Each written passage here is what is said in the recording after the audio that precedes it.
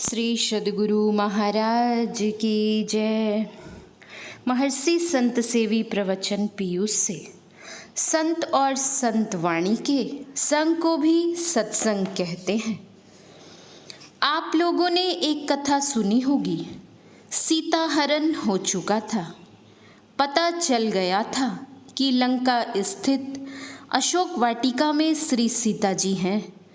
उनके उद्धार के भगवान श्री राम को ससैन्य लंका जाना था, किंतु भारत और लंका के बीच 100 योजन का समुद्र था। उसको पार करने के लिए उस पर पुल बनवाया जा रहा था। पुल बन रहा था, काम चालू था। जितने बंदर भालू थे वे बड़े बड़े पहाड़ों और वृक्षों को लाते थे। सेतु बनाने वाले प्रमुख कारीगर थे नल और नील। वे पहाड़ों और वृक्षों को पानी पर सजा कर रखते जाते थे, किंतु आश्चर्य का विषय था कि एक भी वृक्ष व पत्थर नीचे नहीं जाते, सभी पानी पर स्थिर रह जाते थे।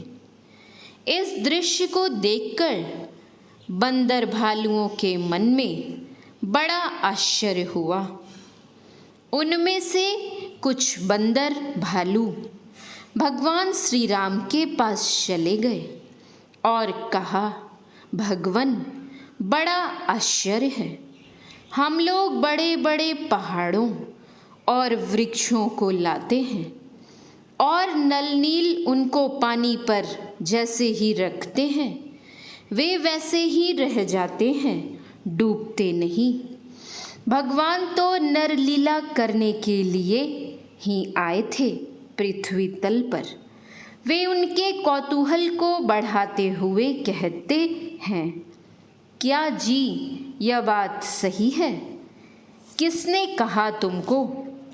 बंदर भालुओं ने उत्तर दिया, प्रभो, कहने सुनने की क्या बात है, अपनी आंखों देखी बात है। हम देख कर आ रहे हैं, एक बार चलकर देखा जाए भगवन। भगवान ने कहा, चलो चलकर देखता हूँ। भगवान श्री राम सेतु के निकट आते हैं, देखते हैं और नल नील से पूछते हैं, बताओ यह वृक्ष और पत्थर पानी में डूबते क्यों नहीं हैं? क्या बात है? उन दोनों ने हाथ जोड़कर कहा, भगवन, ये पत्थर और वृक्ष सभी आपकी महिमा से तैर रहे हैं। भगवान ने पूछा, यदि मेरी महिमा से ये तैर रहे हैं तो मैं जो वृक्ष या पत्थर पानी पर रखूँगा वे तैरेंगे ना? नलनीर ने उत्तर दिया, भगवन, हाथ कंगन को आरसी क्या, रख कर देखा जाए। एक बंदर ने भगवान के हाथ में छोटा सा एक पत्थर दिया। जैसे ही भगवान श्री राम उस पत्थर को पानी पर रखते हैं वैसे ही वह पत्थर गड़गड़ा कर नीचे पाताल चला जाता है। भगवान श्री राम ने कहा, नल नील, तुम लोग कहते थे कि मेरी महिमा से वृक्ष और पत्थर तैरते हैं, तो मेरा रखा हुआ पत्थर पाताल में क्यों चला गया? नल नील ने हाथ जोड़कर कहा, भगवन, यह तो जड़ पत्थर है। आपके हाथ से यदि चेतन ब्रह्मा छूट जाए तो वह किस रसातल को चला जाएगा, कोई ठिकाना है? फिर इस जड़ पत्थर की बात ही क्या है? यह सत्संग क्या है? आंतरिक सत्संग से विषयों से छूटकर निर्विषय तत्व परमात्मा की प्राप्ति होती है। मुक्ति मिलती और बाह्य सत्संग से ध्यान भजन की प्रेरणा मिलती है। एक अच्छे विद्वान सत्संग प्रेमी सज्जन हैं। वे बीच बीच में परम पूज्य गुरुदेव के दर्शनार्थ कुप्पा घाट आया करते थे। उनके साथी उनसे कहते, आप बार बार कुप्पा घाट क्यों जाते हैं? महर्षि जी ने जो क्रिया बता दी है अपने घर में बैठकर कीजिए। बारंबार कुप्पा घाट जाने से क्या लाभ? वे उत्तर देते हैं, आप समझते नहीं हैं। सुनिए, कुप्पा घाट पावर हाउस है, वहाँ बैटरी चार्ज कराने जाता हूँ, वहाँ से बैटरी चार्ज कराकर आता हूँ और आप लोगों के बीच रहते रहते जब बैटरी डिस्चार्ज हो जाती है तो पुनः कुप्पा घाट जाकर चार्ज करा लेता हूँ। गोस्वामी तुलसीदास जी ने लिखा है, सठ सुध रही सतसंगति पाई,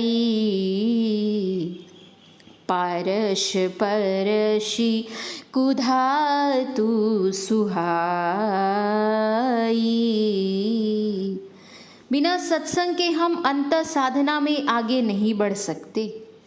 एक बार का प्रसंग है, परम पूज्य गुरुदेव सत्संग प्रचार करके लौटते समय बाराहाट रेलवे स्टेशन पहुँचे। वहाँ ट्रेन आने में देर थी। स्टेशन में ट्रेन की प्रतीक्षा में लोगों की भीड़ लगी हुई थी। परम पूज्य गुरुदेव को स्टेशन पर देखकर कुछ पढ़े लिखे सज्जन उनके दर्शनार्थ उनके निकट आ गए। उन लोगों ने गुरुदेव से जिज्ञासा की, महाराज, ज्ञात हुआ कि आप सत्संग प्रचार करते हैं, बताने की कृपा करें कि सत्संग से क्या लाभ होता है। गुरुदेव ने पूछने की कृपा की, आप लोग क्या चाहते हैं? उन लोगों ने कहा, महाराज जी, हम लोग गृहस्थ हैं, हम लोगों की चाहनाओं का क्या कोई अंत है?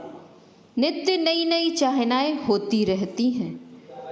गुरुदेव ने कहने की कृपा की, आप लोग पढ़े लिखे विद्वान हैं, अतएव समस्त चाहनाओं को समेटकर समास रूप में कहें। वे लोग चुप रहे। तब गुरुदेव ने कहने की कृपा की, आप लोग चुप हैं, कुछ नहीं बोलते हैं, तो मैं ही कहता हूँ, सुनिए, आप लोग क्या चाहते हैं? सुबुद्धि अथवा कुबुद्धि, सुयश अथवा अपयश, शुभ गति या दुर्गति? आप संसार में ऐश्वर्यवान होकर रहना चाहते हैं अथवा कंगाल होकर? आप संसार में अपनी भलाई चाहते हैं अथवा बुराई? उन लोगों ने कहा, हम लोग सुबुद्धि, सुयश, शुभ गति, ऐश्वर्यवान होकर रहना और भलाई चाहते हैं। गुरुदेव ने कहने की कृपा की, आप लोग जो चाहते हैं वे सब सत्संग से मिलते हैं। गोस्वामी तुलसीदास जी महाराज ने रामचरितमानस में लिखा है, मति कीरति गति भूति भलाई, जब जेहि जतन जहाँ जेहि पाई, सो जानव सत्संग प्रभाऊ, लोकहु वेद न आन उपाऊ। जिनको सुबुद्धि होगी वे सुकर्म करेंगे ही, और जो सुकर्म करेगा उनका सुयश बढ़ेगा, उनकी सुगति होनी निश्चित है, उनकी दुर्गति हो नहीं सकती। ध्यान करेंगे तो मोक्ष मिल जाएगा, ऐश्वर्यवान होकर रहेंगे और ऐसे सज्जन को भलाई ही भलाई मिलेगी। उनकी बुराई कोई करेगा भी तो क्यों और कैसे? जब किसी को सुबुद्धि हो जाए, संसार में यश ही यश फैले, संसार में ऐश्वर्यवान होकर रहे, चारों तरफ भलाई ही मिले और इस संसार से जाने के बाद अंत में शुभ गति मोक्ष को प्राप्त हो। तो बताइए इसके बाद और क्या बाकी रह जाता है। सत्संग से ये पांचों चीज़ें मिलती हैं, इसलिए सत्संग करना चाहिए। गुरुदेव के अमृतमय वचन सुनकर वे लोग बड़े संतुष्ट हुए। श्री सद्गुरु महाराज की जय। श्री सद्गुरु महाराज की जय। महर्षि संत सेवी परमहंस जी महाराज के प्रवचन का अंश पढ़ा गया है। महर्षि संत सेवी परमहंस जी महाराज का यह प्रवचन दिनांक 1/4/1995 ईस्वी 84वां महाधिवेशन लोहनगरी बोकारो के प्रातःकालीन सत्संग में हुआ था। शांति संदेश अगस्त 1995 ईस्वी। श्री सद्गुरु महाराज की जय। श्री सद्गुरु महाराज की जय। श्री सद्गुरु महाराज की जय। जय गुरु महाराज। जय गुरु महाराज। जय गुरु महाराज।